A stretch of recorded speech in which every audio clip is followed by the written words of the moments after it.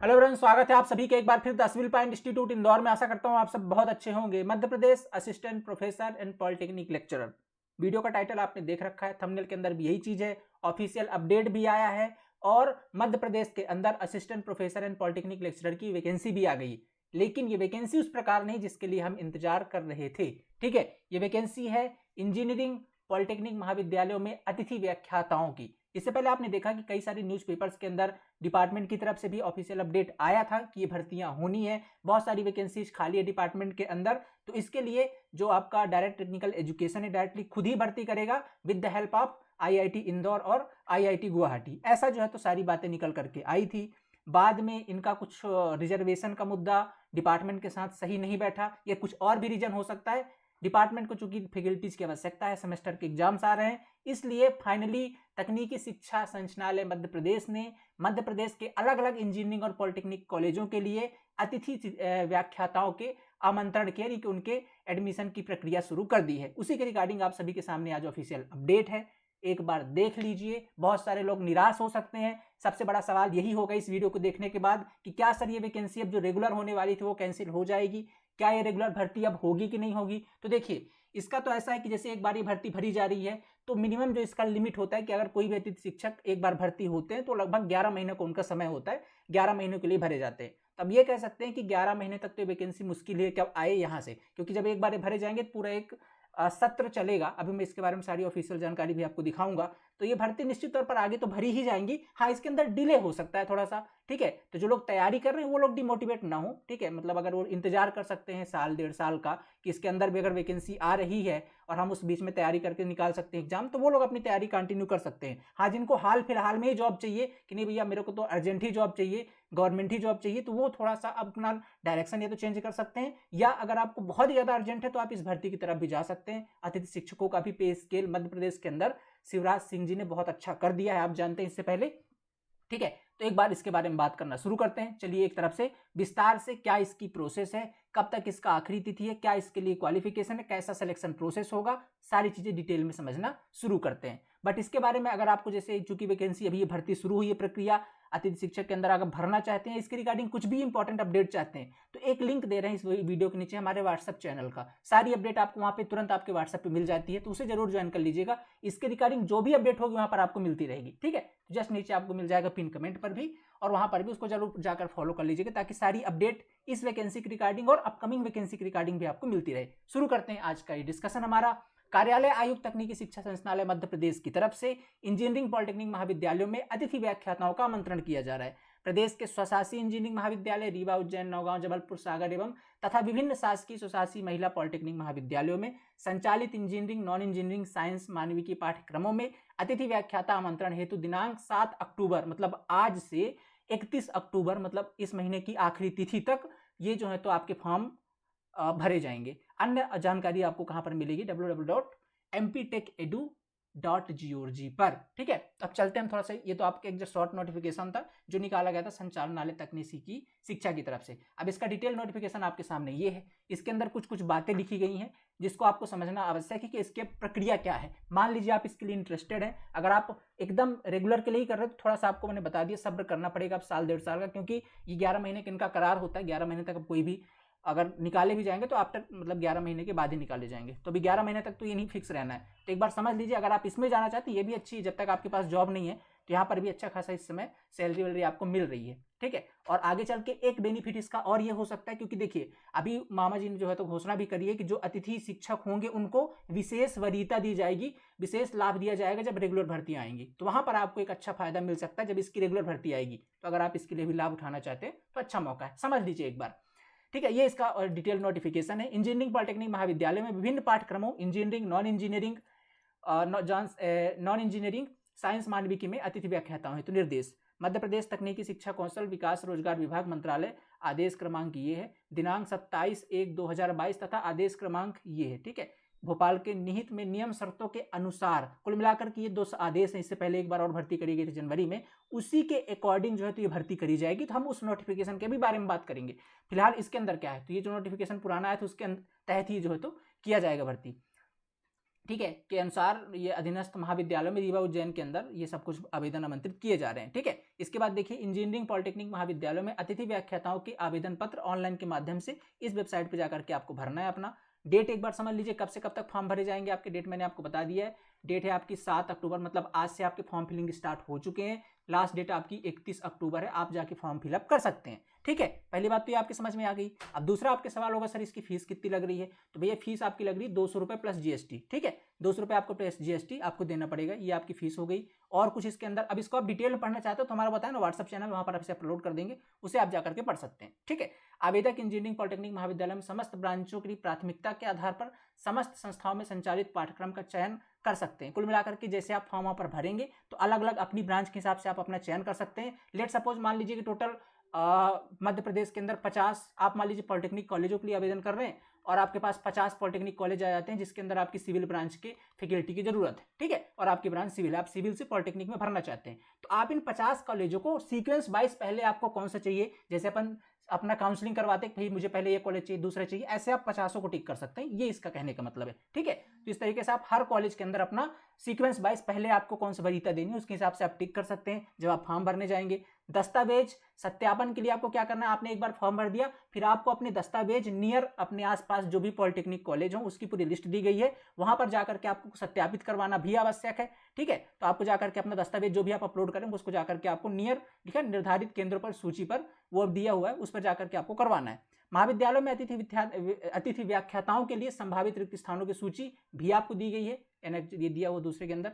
फिर इसके बाद शासकीय स्वशासी इंजीनियरिंग शासकीय महाविद्यालयों में अतिथि व्याख्याता के रूप में नियुक्त हेतु अर्हता AICTE द्वारा निर्धारित मापदंड के अनुसार रहेगी। शैक्षणिक अर्हता, ये बारे में सब कुछ लिखा है, तो एक बार नीचे चलते हैं, एकदम डायरेक्टली वहीं पे पढ़ते हैं। ठीक है, तो नीचे आपके सामने क्या दिया, अच्छा देखो अब क्या है ना, ये जो भर्तियां हो रही है इसमें गेट स्कोर नहीं लिया जा रहा है, इसमें श्रेणी वाइज अभी बताऊंगा क्या क्या है, बट इसमें गेट स्कोर नहीं लिया जा रहा है। आपने जो आपकी जो क्वालिफिकेशन होगी, जैसे अगर मिनिमम क्वालिफिकेशन की बात करूं तो अगर आप असिस्टेंट प्रोफेसर के लिए जा रहे हैं, ठीक है, असिस्टेंट प्रोफेसर मतलब इंजीनियरिंग कॉलेज के अंदर, तो वहां पर जो मिनिमम क्वालिफिकेशन आपके पास पोस्ट ग्रेजुएट यानी कि एमटेक होना चाहिए। और अगर आप पॉलिटेक्निक लेक्चरर के लिए जा रहे हैं तो वहां पास आपके पास मिनिमम क्वालिफिकेशन बीटेक होना चाहिए। ठीक है, अब इनके अंदर जो आपकी CGPA है उसके अकॉर्डिंग ये पूरी मेरिट लिस्ट तैयार होनी है। ठीक है, अब देखिए अगर अब इसको CGPA को कन्वर्ट कैसे करेंगे, तो फार्मूला इनने बता दिया भैया, आपकी जो CGPA है ना उसको आप इस तरीके से कन्वर्ट करेंगे 10 इंटू CGPA माइनस 7.5। ठीक है, मतलब लेट सपोज आपके 85% बने, 8.5 का CGPA उसको 10 से गुना करिए तो कितना हो गया, 85 हो गया, इसमें से माइनस 7.5 माइनस कर दीजिए,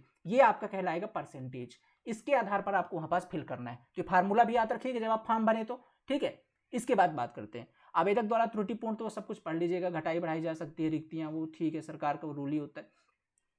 ठीक है, अब आपको जाकर के फॉर्म कहाँ पर भरना है, ये वाले वेबसाइट पर भरना है, ये याद रख लीजिए। 2-3 चीज़ें समझ में आ गई आपकी, और मैं कुछ इंपॉर्टेंट चीज़ें मैं आपको बता देता हूँ, आपको सबसे नीचे ले जा करके। हाँ ठीक है, गेस्ट फैकल्टी ऑप्शन सेलेक्ट करने के पश्चात अब देखिए इसमें आपको ये अलग अलग ऑप्शन अवेलेबल होंगे, आप जिसके अंदर हैं उसके अंदर आप जाकर के टिक कर सकते हैं, उसके अंदर की फॉर्म फिलअप की जानकारी आपको दी गई है। ठीक है, थोड़ा सा इंपॉर्टेंट चीज़ों पर चलते हैं। दस्तावेजों के सत्यापन की प्रक्रिया, देखो दस्तावेजों को सत्यापन मतलब फॉर्म भरने के साथ ही शुरू हो जाएगी, मतलब आज फॉर्म भरा, आज से ही आपके जो तो डॉक्यूमेंट वेरिफिकेशन स्टार्ट हो जाएंगे। ठीक है, डॉक्यूमेंट वेरिफिकेशन कहाँ पर किया जाएगा, तो जिसके महाविद्यालयों को गेस्ट फैकल्टी के रिक्रूटमेंट पोर्टल पर आपको कहाँ पर जाना है, किसी भी महाविद्यालय में आप जा सकते हैं अपने नियर बाइज। ठीक है, और उसकी पूरी लिस्ट दी गई है, वहाँ पर आप जाकर के अपना दस्तावेज का सत्यापन करवा सकते हैं। ठीक है, और ये दस्तावेज की सत्यापन कहाँ कहाँ होगा मैं एक बार दिखा देता हूँ आपको। मेरिट जनरेशन की प्रक्रिया, आप अभी लिस्ट आ जाएगी उसके आप देख लीजिएगा, मैं बता दूंगा मेरिट जनरेशन की प्रक्रिया क्या है, किस प्रकार से मेरिट जनरेट होगी। तो देखो डॉक्यूमेंट वेरिफिकेशन प्रक्रिया एक बार समाप्त हो गई, इसके बाद जो आपके परसेंटेज बने उसके आधार पर ये पूरी मेरिट लिस्ट उनके वेबसाइट पर दे दी जाएगी आपको। ठीक है, उसके हिसाब से आप मेरिट कर सकते हैं। कैंडिडेट मेरिट आधार पर आवंटन, जैसे उनका आपको मेरिट मिलता है आपको अपने कॉलेज का लोकेशन मिल जाएगा, कौन सा कॉलेज आपको अलॉट हुआ है, आप जाकर अपने कॉलेज में जाकर के आगे की प्रोसेस कर सकते हैं, सिंपल से प्रक्रिया है। ठीक है, और कुछ खास बात इसके अंदर है नहीं, वही सारी चीज़ें लिखी हैं। इंजीनियरिंग पॉलिटेक्निक महाविद्यालय में अतिथि व्याख्याता आमंत्रण समय सारणी, ये इसमें दिया गया आपको। देखिए आपको कब से कब तक आवेदन भरना है, 7 अक्टूबर से लेकर 31 अक्टूबर तक ऑनलाइन आवेदन प्रस्तुत करना है। सत्यापन आप 7 से लेकर के वही 2 नवंबर तक करवा सकते हैं। ठीक है, और सुधार करवाना है तो वही 7 से 31 तक, और दस्तावेज में सुधार करवाना है तो वही 7 से 31 तक ही है। ठीक है, तो ये कुछ चीज़ें हैं। इसके बाद ये आपके सामने सत्यापन के केंद्र दिया है, कहाँ पर आप अपना डॉक्यूमेंट वेरिफिकेशन करवा सकते हैं। आप किसी भी कॉलेज में जा सकते हैं, ऐसा कोई दिक्कत नहीं है, आप अपने नियर बाई किसी भी कॉलेज में जाकर करवा सकते हैं। तो एक तरफ दिया जैसे जबलपुर इंजीनियरिंग कॉलेज है, उज्जैन है, इंदिरा गांधी इंजीनियरिंग महाविद्यालय सागर का है, रीवा इंजीनियरिंग महाविद्यालय है, फिर आपका ये कला निकेतन जबलपुर का है, ठीक है, BR अम्बेडकर है ग्वालियर का, ठीक है। तो ऐसे करके सारे लगभग MP के आप देख सकते हैं, ये टोटल 21 हैं, ठीक है, सॉरी 24 हैं, टोटल 24 है जो है, तो 24 पॉलिटेक्निक कॉलेज और महाविद्यालय दोनों मिला करके, ठीक है, 24 कॉलेजों में आप जाकर के अपने डॉक्यूमेंट अपने नियर वाइज आप जाकर करवा सकते हैं, ठीक है। इसके बाद आगे और क्या लिखा है, मध्य प्रदेश शासन के अधीनस्थ स्वशासी महाविद्यालय में रीवा उज्जैन नौगांव के पॉलिटेक्निक महाविद्यालय में संचालित व्याख्याता नियुक्ति हो तो 7 अक्टूबर, बस वही चीज़ें इसमें लिखी गई हैं, ठीक है। हाँ, अब एक चीज़ और समझने वाली बात है इसके अंदर, ठीक है, ये बाकी फॉर्म की प्रक्रिया है, आप लोग जो इसके लिए फॉर्म भरने वाले हैं, ये नोटिफिकेशन आप जरूर पढ़ लीजिएगा, इसको मैं अपलोड कर दूंगा आपके व्हाट्सएप चैनल पर, नीचे लिंक है उस पर चले जाइएगा। अब दूसरी बात आती है, इनने सबसे पहले पेज के अंदर थोड़ा सा बताया कि जो पूरी प्रक्रिया होगी सिलेक्शन की, वो किसके आधार पर होगी, 27/1/2022 के आदेश क्रमांक के हिसाब से, आपने देखा इसके अकॉर्डिंग होगी। थोड़ा सा ये नोटिफिकेशन पढ़ लेते हैं ताकि जो है तो प्रक्रिया थोड़ी क्रिस्टल क्लियर हो जाए कि प्रक्रिया होनी कैसे है। तो ये हमारे सामने 27/1/2022, ठीक, इसको 2021 नहीं 2022 है, तो ये 2022 वाला नोटिफिकेशन हमारे सामने है, ठीक है, जो 2022 के अंदर भर्ती आई थी स्टार्टिंग पे। तो इसका देखिए, राज्य शासन द्वारा एतद मंत्री परिषद आदेश आइटम क्रमांक 15-18 जनवरी 2022 के अकॉर्डिंग ये सारी चीज़ इसके अंदर लिखी गई है। हाँ, अब इसमें आप देखेंगे महाविद्यालय में प्रधानाध्यापक विभागाध्यक्ष व्याख्याता के स्वीकृत पदों के आधार पर 11 माह का, इन्होंने लिखा हुआ ना 11 माह के हेतु अतिथि व्याख्याता के रूप में मानसिक मायदे 30,000 रुपए। अब देखिए ये कब का नोटिफिकेशन है, ये है आपका 27/1/2022 का, ठीक है। अभी क्या है, अभी आपने देखा चुनावी माहौल था, तो माननीय शिवराज सिंह चौहान जी ने इस 30,000 को, लगभग सभी की सैलरी डबल की अतिथि व्याख्याताओं की, तो इस 30 को बढ़ा करके 50,000 कर दिया है, ठीक है। तो सैलरी भी अच्छी खासी मिलेगी आपको, ठीक है। ये 30,000 को बढ़ाकर कितना कर दिया है, 50,000 कर दिया है। तो आपका 11 महीने तो फिक्स ही है, 11 महीने के लिए अतिथि शिक्षक भर्ती होते हैं, फिर आपको उनको जो है तो नया टेन्योर स्टार्ट होता है। तो कुल मिलाकर के जो रेगुलर भर्ती है वो 11 महीने तक तो अभी मुश्किल है कि आएंगी तो प्रोसेस चलती रहेगी, बाद में ज्वाइनिंग बनेगी 11 महीने तक। मैंने अगर आप एक बार यहाँ से ज्वाइन करते हैं तो 11 महीने तक आप रहने वाले हैं। 50,000 आपकी लगभग सैलरी रहेगी, ये 30 से बढ़कर 50 हो चुकी है, ठीक है। और 2022 में आमंत्रित किए जाए, नवीन जानकारी ये है। तो कुल मिलाकर आपको प्रोसेस समझ में आ गई और आपको ये पता चल गया कि भाई ये जो है तो 50,000 आपकी जो है तो सैलरी रहने वाली। इंजीनियरिंग एवं पॉलिटेक्निक महाविद्यालयों में प्राध्यापक हेतु जारी समस्त निर्देशन, ठीक है, ये सारी जानकारी है। हाँ, अब यहाँ पास आपकी ड्यूटी के बारे में बताया गया है कि अतिथि व्याख्याताओं के महाविद्यालय में प्रतिदिन कम से कम 5 घंटे आपको उपस्थित रहना है, हफ्ते में 40 घंटे रहना है और कार्यकाल आपका लगभग 7 घंटे का रहेगा, ठीक है, ठीक है। अतिथि व्याख्याताओं को प्रति सप्ताह, ठीक है, प्रति सप्ताह 16 घंटे का प्रत्यक्ष, मतलब आपको कम से कम एक हफ्ते में 16 घंटे की क्लास लेनी ही लेनी है। ये प्रत्यक्ष क्लास है, आपको क्लास में जाकर लेना है। इसके अतिरिक्त आपका अगर कुछ खेल वोल करवा रहे हो, आपको कोई ऐसा डिपार्टमेंट जहाँ पर आप प्रैक्टिकल करवा रहे हो, खेल कुछ करवा रहे हो, वो एक्स्ट्रा होगा, मानी क्लास आपको लेनी है 16 घंटे की, ठीक है। ये चीज़ें हो गई। और अतिथि व्याख्याता के आमंत्रण की प्रक्रिया वो 11 माह की उन्होंने पहले बता दी, 11 माह के लिए आप यहाँ पास आ रहे हैं, ठीक है। इसके बाद फिर आपका नवीनीकरण होगा। 2 महाविद्यालयों में कार्य नहीं करें, कुछ इसमें टर्म कंडीशन भी लिखी गई, वो आपको पढ़ना आवश्यक है। जैसे अगर आप मान लीजिए पहले से किसी महाविद्यालय में पढ़ाते, एक साथ आप 2 महाविद्यालय में नहीं पढ़ा सकते हैं, कोई एक साथ आप कोई भी 2 लीगल काम नहीं कर सकते हैं, जैसे कि हर सरकारी नौकरी में होता है। आपके ऊपर कोई FIR नहीं होना चाहिए, आपको एक शपथ देना पड़ता है, पुलिस वेरिफिकेशन देना पड़ता है, ये सारी चीज़ें हैं, ठीक है। और ये सारी चीज़ें हो गई, ठीक है। और बस इसको पढ़ लीजिएगा। बाकी थोड़ा सा इसमें एक इंपॉर्टेंट बात और है जो मैं आपको यहाँ पास बताना चाहता हूँ। हाँ, कुल मानदेय का आपने देख लिया 30,000 रुपये, ये पढ़ लिया आपने, ठीक है। हाँ, अब देखिए इन्होंने क्या किया हुआ है ना, जैसे अभी क्या होता है, मान लीजिए कोई पहले से पढ़ा रहा है, हो सकता है जैसे 11 महीने के लिए, अब आप ही एक बार 11 महीने के लिए पढ़ाओ, फिर अगली बार पढ़ाने के लिए जाओगे तो कुछ आपको जो है तो बोनस दिया जाएगा। कि बोनस है आपका, देखिए यहाँ पास कालखंडों की संख्या आपको दी गई है। एक शैक्षणिक सत्र में अगर आपने 151 या अधिक कालखंड किया हुआ है, इससे अधिक का कालखंड है आपको, तो 4 अंक आपको दिए जाएंगे, ठीक है। जैसे सिंपल सी बात अगर बताऊं कि 5 वर्षों का अगर आपको एक्सपीरियंस है, ठीक है, 5 वर्षों का एक्सपीरियंस, तो आपको 20 अंक दिए जाते हैं, ठीक है। 20 अंक माने 1 साल का 4 अंक मिलता है आपको, 1 साल का प्रत्येक वर्ष हेतु 4 अंक उसी के हिसाब से दिए गए। मान लीजिए किसी ने 1 साल नहीं पढ़ाया, उससे कम ही पढ़ाया तो उसको 3 अंक मिलेंगे, किसी ने और उससे कम पढ़ाया तो 2 अंक, 1 अंक है, ये उस हिसाब से कालखंड दिया है। पर अगर आपने 1 साल इससे पहले काम किया है, किसी अतिथि शिक्षक में पढ़ाया गवर्नमेंट के अंदर, तो आपको 4 अंक। ऐसे ही मल्टीप्लाई कर लीजिए, 5 साल किया है तो 20 अंक। अब ऐसे 6 साल किए तो 25 नहीं हो जाएगा, ठीक है, याद रखिएगा। वो मतलब 24 नहीं हो जाएगा, ये मैक्सिमम 20 ही रहेगा, ठीक है। आप 5 साल पढ़ाओ या 25 साल पढ़ाओ, रहेगा 20 ही, तो माने 20 अंक आपको यहाँ से मिल जाएंगे अगर आप पुराने रहे हैं। ये सभी के लिए एलिजिबल, वही आपको सारा लग रहा है। अब इसके अंदर एक चीज बहुत ज्यादा इंपॉर्टेंट समझने वाली बात है कि यहाँ पर इनने श्रेणी वाइज बांट रखा है टोटल। अब जैसे क्या होता है ना, मान लीजिए मैंने एमटेक कर रखा है, ठीक है, अब मैं दोनों के लिए एलिजिबल हो गया। मतलब मैं तो पहली बात आपका जो इंजीनियरिंग कॉलेज में असिस्टेंट प्रोफेसर है इसके लिए तो मैं एलिजिबल हूँ ही, साथ में जो पॉलिटेक्निक कॉलेज में लेक्चरर की वैकेंसी इसके लिए मैं एलिजिबल हो गया, क्योंकि यहाँ पास हायर क्वालिफिकेशन एलिजिबल। ऐसा नहीं कि हमको केवल बीटेक चाहिए, बीटेक से ऊपर भी आपने पीएचडी भी कर रखा है और भी कुछ कर रखा है तो भी एलिजिबल है, मैंने हायर क्वालिफिकेशन एलिजिबल है यहाँ पर। तो अगर मैं तो दोनों के लिए एलिजिबल हो गया तो मैं अपने दोनों के अंदर फॉर्म भर सकता हूँ, कोई दिक्कत नहीं। एक बात जरूर ध्यान रखना है, अगर आप भरना है तो आपको दोनों के लिए सेपरेट फॉर्म भरना है। असिस्टेंट प्रोफेसर के लिए तो आपको अलग फॉर्म भरना पड़ेगा, पॉलिटेक्निक के लिए तो आपको अलग फॉर्म भरना पड़ेगा, ठीक है। आप दोनों के लिए सेपरेट आपको फॉर्म भरना है। अब आपने दोनों के लिए भर दिया फॉर्म, ठीक है, अब फॉर्म भर दिया। अब मान लीजिए आपकी क्वालिफिकेशन तो एमटेक है, तो यहाँ पर भी जब आप लगाओगे तो एमटेक ही लगाओगे ना, भाई मेरी क्वालिफिकेशन एमटेक है। मान लीजिए आपका असिस्टेंट प्रोफेसर में नहीं हुआ तो यहाँ पर आपको पहले वरीयता दी जाएगी। यही श्रेणी 1 श्रेणी 2 में बांटा गया है। जैसे श्रेणी 1 के अंदर क्या है, संबंधित विषय में अगर आपने पीएचडी कर रखी है और ये साथ में आपने गेट नेट या स्लेट का एग्जाम निकाल रखा है, ठीक है, ये साथ में संबंधित विषय में पीएचडी या गेट नेट वाला है, तो अगर आपने ये कर रखा है तो आपको सबसे पहले, ठीक है, फिर उसमें रैंक नहीं, सबसे पहले आपको, भैया आपने पीएचडी कर रखी है और गेट नेट भी दे रखा है, सबसे पहले आपको वरीयता दी जाएगी। उसके बाद पीएचडी या गेट नेट, ठीक है, या तो पीएचडी या तो गेट नेट दिया, मैंने एमटेक किया फिर गेट दे दिया, ये कि पीएचडी भी किया और गेट भी दिया है, गेट भी क्वालिफाई किया है, तो फिर आपको दूसरे नंबर पर सबसे पहले वरीयता दी जाएगी। मतलब अगर ये है, ठीक है, आप दोनों खड़े हो तो पहले इनको मिलेगा। अब ये नहीं है, आप हो और इसके आपके नीचे वाला एमटेक वाला है तो पहले आपको दिया जाएगा। समझ रहे हो मैं क्या कहना चाह रहा हूँ ना, ठीक है। संबंधित विषय में अगर आपने एमटेक कर रखा है तो आपको तीसरे नंबर पर रखा जाएगा। मैंने सबसे पहले अगर ये चारों एस्पिरेंट खड़े हो जाते तो सबसे पहले किसी की बात करूं, चाहे पॉलिटेक्निक लेक्चरर की हो चाहे असिस्टेंट प्रोफेसर की हो, ठीक है, सबसे पहले किसको, श्रेणी 1 वाले को, फिर सबसे दूसरे वाले को, श्रेणी 2 को। जब नहीं मिलेंगे श्रेणी 2 वाले तक तब श्रेणी 3 में जाएंगे वो। इसके बाद पॉलिटेक्निक लेक्चरर के लिए स्नातक एलिजिबल है, यानी बीटेक एलिजिबल है, तब जाकर के चौथे नंबर पे जब ये कैंडिडेट उनको नहीं मिलेंगे तब जाकर के बीटेक एल वाले एस्पिरेंट्स को वो रखने वाले हैं, ठीक है। तो ये चारों चीजें आपको ध्यान रखनी है। माने जिनके पास अब डिग्री है उसका भी बहुत महत्वपूर्ण रोल रहने वाला है। जैसे किसी ने पीएचडी कर रखी है, साथ में गेट भी क्वालिफाई कर रखा है, उसको सबसे पहले वरीयता दी जाएगी। और ऐसे लोग थोड़ा सा जनसंख्या में कम रहते हैं, ये रहते भी हैं तो कहीं ना कहीं अच्छी जॉब में हो जाते हैं, उनके लिए यहाँ पे सीधा सीधा अच्छा चांस है। पर जिन्होंने जैसे केवल बीटेक कर रखा है और सोचे कि मैं पॉलिटेक्निक लेक्चरर में भर देता हूँ, तो उनकी सीट तो ज़्यादातर लोग एमटेक वाले ले जाएंगे, ठीक है, क्योंकि एमटेक वालों की ज़्यादा पहले वैल्यू होगी स्नातक वालों से, ठीक है। तो कुल मिलाकर के आप समझ लीजिए जितनी ज़्यादा डिग्री आपके पास उतना ज़्यादा आपको यहाँ पास वैल्यू मिलने वाला है। क्लियर बात? चलिए भाई, इतनी बातें आपको समझ में आ गई। श्रेणी का मतलब क्या है ये भी समझ लीजिए।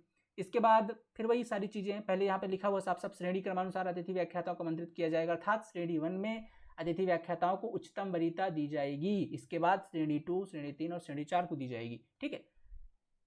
मान लीजिए श्रेणी का नाम समान हो गया, मान लीजिए मैंने पीएचडी कर रखी है और एक और साथ वाले ने पीएचडी करी, तो फिर आपके मेरिट देखे जाएंगे परसेंट वाले।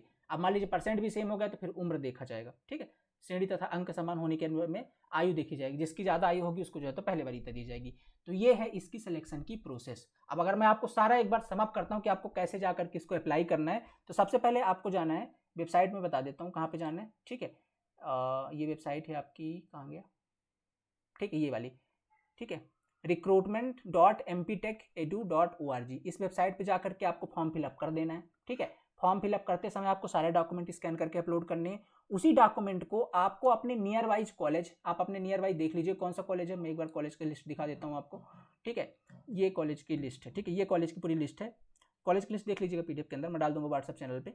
जबलपुर इंजीनियरिंग कॉलेज उज्जैन, ये जो टोटल 24 हैं, इसमें से जो भी आपके पास नियर पड़ रहा है वो सारे डॉक्यूमेंट लेकर के जाइए सुबह के 11 बजे से लेकर शाम को 4 बजे तक, और जाकर के अपना डीवी करवाइए, डॉक्यूमेंट वेरिफिकेशन करवाइए। एक बार ये सारी प्रोसेस खत्म हो जाती है 31 अक्टूबर तक में। इसके बाद आपकी जो मेरिट लिस्ट है आपके क्वालिफिकेशन के और आपके मार्क्स के आधार पर, ये आपकी पब्लिश करी जाएगी किसके, डीटीई की वेबसाइट पे।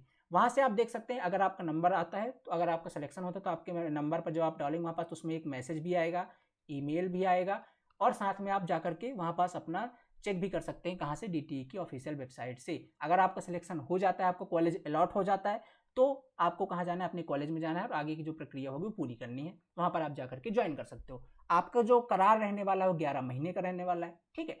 और साथ में दूसरी चीज़ क्या है, आपको जैसे आप मान लीजिए कॉलेज का चयन करना है तो आप अपने हिसाब से कॉलेज का चयन कर सकते हैं। 2-3 बातें ध्यान रखने योग्य हैं। मान लीजिए आप असिस्टेंट प्रोफेसर के लिए एलिजिबल है और साथ में पॉलिटेक्निक लेक्चरर के लिए भी एलिजिबल है, तो एक काम जरूर करिएगा, दोनों के लिए सेपरेट फॉर्म भरे जाएंगे। मैंने असिस्टेंट प्रोफेसर का अलग फॉर्म भरना है, इसका अलग फॉर्म भरना है, ठीक है। दोनों के लिए सेपरेट फॉर्म भरे जाएंगे और उसमें जाकर के आप अपनी कॉलेज को चयन कर सकते हैं नंबर वाइज कि भैया पहले मुझे इस कॉलेज में जाना है, इसमें जाना है, इसमें जाना है। आपकी रैंक मेरिट के हिसाब से आपको जो है तो कॉलेज का चुनाव दे दिया जाएगा।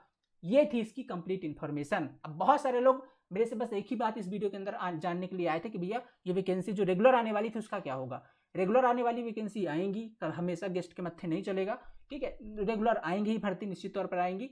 प्रोसेस एक बार स्टार्ट हो गई तो बंद नहीं होती, बट हाँ डिले जरूर होगा। मैं जैसा बता रहा हूँ, हो सकता है साल 1.5 साल इस प्रोसेस में अब लग जाए नई वैकेंसी आने में, क्योंकि अब चुनाव भी हो जाएगा तो ये थोड़ा सा डिले हो जाएगा। बट जो लोग थोड़ा इंतजार कर सकते हैं, चलो वैकेंसी 2 साल के अंदर भी आ रही तो मैं इस एग्जाम की तैयारी करता रहूँगा या करती रहूँगी, तो आपके लिए बढ़िया है। बट अगर आपको तुरंत ही जॉब चाहिए गई, मुझे साल भर के अंदर कोई सरकारी नौकरी लग जाए 1.5 साल के अंदर, ऐसी कोई तुरंत ही वैकेंसी आ जाए, थोड़ा सा आप अपना फोकस जरूर शिफ्ट कर सकते हो। बाकी अगर आप डिपार्टमेंट की अपनी पढ़ाई कर रहे हो तो हर एग्जाम के लिए लगभग आपका डिपार्टमेंट तो आता ही आता है, तो आप अपनी पढ़ाई बिल्कुल बंद न करें, तैयारी करते रहें। अगर इसके अंदर आप जॉब करना चाहते हैं तो ये भी बढ़िया है, टीचिंग लाइन में भी जाकर के अच्छी खासी सैलरी भी यहाँ पर, इसमें भी आजमाइश आप कर सकते हैं। एटलीस्ट 11 महीने तक की जॉब रहेगी, उस बीच में तैयारी साथ साथ करके कोई अच्छा से एग्जाम आए। और दूसरी बात क्या है, आपको एक्सपीरियंस का भी फायदा मिल जाएगा। जो लोग सोच ही रहे मेरे प्रोफेसर पे जाना है तो उनके लिए अच्छा है, सैलरी अच्छी है 11 महीने तक। वैकेंसी जब आएगी साथ साथ तैयारी करते जाइएगा, एक्सपीरियंस का भी फायदा मिलेगा, है ना। आप रुक जाओगे कम से कम 1 साल का 4 नंबर तो जुड़ेगा आपके में, वो एक्सपीरियंस का फायदा मिलेगा अगली बार, ठीक है। और सरकार के चुनावी माहौल में कुछ अच्छा घोषणा हो जाए कि भाई अतिथि शिक्षकों को थोड़ा और बेनिफिट दिया जाए तो और बढ़िया बात है ना। बट ये सामने चीज़ें हैं आपके। तो ये थी कंप्लीट इन्फॉर्मेशन। बहुत सारे लोग के मन में सवाल थे, जो जेन्युइन इन्फॉर्मेशन मैंने आपको बता दी है। अब बहुत सारे लोग के सवाल आएगा, सर कोई अपकमिंग वैकेंसी है क्या गवर्नमेंट की, इस पर एक सेपरेट वीडियोज लेकर के आऊँगा। बहुत सारी भर्ती अभी आने वाली, जैसे एक थोड़ा सा बता दूँ, आरपीएससी की 750 वैकेंसी सिविल की आने वाली है। एकदम कंफर्म न्यूज़ है, ये 1-1.5 महीने के अंदर इसका नोटिफिकेशन आ जाएगा। और इसके अंदर ऑल इंडिया के एस्पिरेंट एलिजिबल है, इसमें कोई ऐसा नहीं कि आपको राजस्थान का ही होना है, बस आप जनरल कैटेगरी से, क्योंकि आप राजस्थान से नहीं है तो आप जनरल कैटेगरी से एलिजिबल होंगे। तो आरपीएससी AN की आने वाली है, AN की, ठीक है, आरपीएससी AN की। और आरआरबी जे भी चल रहा है, उसका तो कंफर्म नहीं कहेंगे, बट हाँ आरपीएससी AN आपका कंफर्म है। सब इंजीनियर मध्य प्रदेश के अंदर कंफर्म है, ये भी आ रही है भर्ती, ठीक है। तो ऐसी कुछ भर्तियां हैं, उसके बारे में एक सेपरेट वीडियो आएगा। फिलहाल इसके अंदर बस इतना ही, चलते हैं। आपको आशा करता हूँ जानकारी सारी समझ में आई है। इसकी समस्त PDF आपको अगर चाहिए तो नीचे हमारा व्हाट्सअप का चैनल, उस पर शेयर कर देंगे, टेलीग्राम का चैनल वहाँ भी कर देंगे, ज्वाइन कर लीजिएगा। ये सारी PDF आपको वहाँ पर मिल जाएगी, इत्मीनान से बैठ के पढ़ लीजिए, इसके बाद जाकर के इस फॉर्म को अप्लाई कर दीजिएगा। चलिए मिलते हैं अगली क्लास के अंदर, धन्यवाद, ठीक है। और चैनल से अगर पहली बार जुड़े हुए हैं, पहली बार देख रहे हैं, सब्सक्राइब कर लीजिए। ऐसे बहुत सारी अपडेट, इंपॉर्टेंट अपडेट आप तक हम पहुँचाते रहेंगे समय समय पर, इस वैकेंसी के लिए और अपकमिंग वैकेंसीज को भी लेकर के, ठीक है। Thank you so much. Have a nice day.